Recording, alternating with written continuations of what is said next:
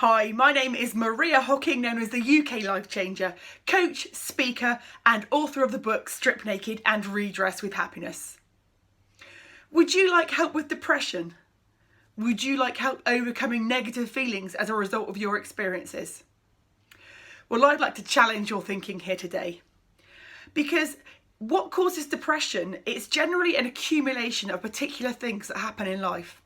And having worked with people with depression for many, many years now, this is what I've discovered. People that are depressed generally have this mindset. So I want you to look at this graph here, and this is a happiness graph. And as you can see, we've got happiness percentage at the side, and then we've got age along the bottom. Now, we're all born happy. We're all born with limitless potential, totally believing in ourselves. But we go through experiences in life that chip away at us and maybe lead to negative thoughts. And then maybe something happens to us in life. It could be trauma, it could be abuse, it could be neglect, it could be just an experience that leaves you feeling less than you really are. So all these bits here are representations of negative experiences. And most people think that when you go through a negative experience, you sink lower and it starts to define your life. Then another one and it starts to define your life, and more depression as on and on every single time here, until we end up living down here believing that's all we think there is and that's all we're supposed to be. That is so not true.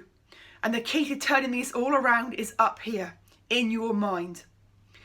Because I know from personal experience that the opposite is completely possible. And I'm just going to flip this over here and show you.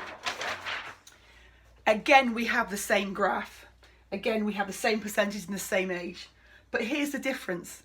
We start off happy. We hear negative thoughts about ourselves. We'll go through some negative experiences, and then we have a biggie here. Now, we have a choice here to sink lower and believe that that's going to define us, or we can choose to use that experience and rise. And the way that you do that is to look for gifts in this situation, because even in the most negative situation, there will be a beautiful gift waiting to be discovered. So for me personally, my big first dip was after the birth of my second child, when I lost all of my hair, hit rock bottom in my life and thought that I was worth nothing, thought that I was a social outcast from society. But it was only when I changed my thinking and decided to look for the gifts in my situation that I started to rise. And boy, I found so many gifts. So then we find ourselves getting a little bit happier again. And then bang, because life happens and stuff happens, we hit another rock bottom. But again, another opportunity to grow, to learn about ourselves, to learn about the world, to find more gifts. So we rise even higher. And bang, another thing will happen, because life is like that, stuff happens.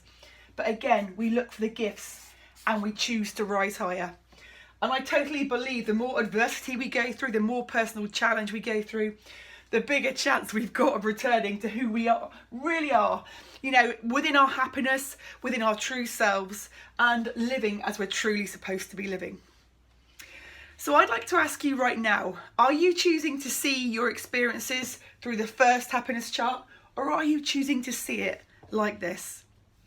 And I don't say these words lightly. I have lived through this. I've been through significant experiences in my life that have knocked me down every single time. But I know that because I chose to look for spectacular gifts, I found them. Because what we look for, we find. So if you find yourself stuck in a cycle of negative depression, negative thinking and depression based on what you've been through in your past, recognise right now that adversity does not define you, but it can help to find you, so that you can live the happiest possible life as the happiest possible you.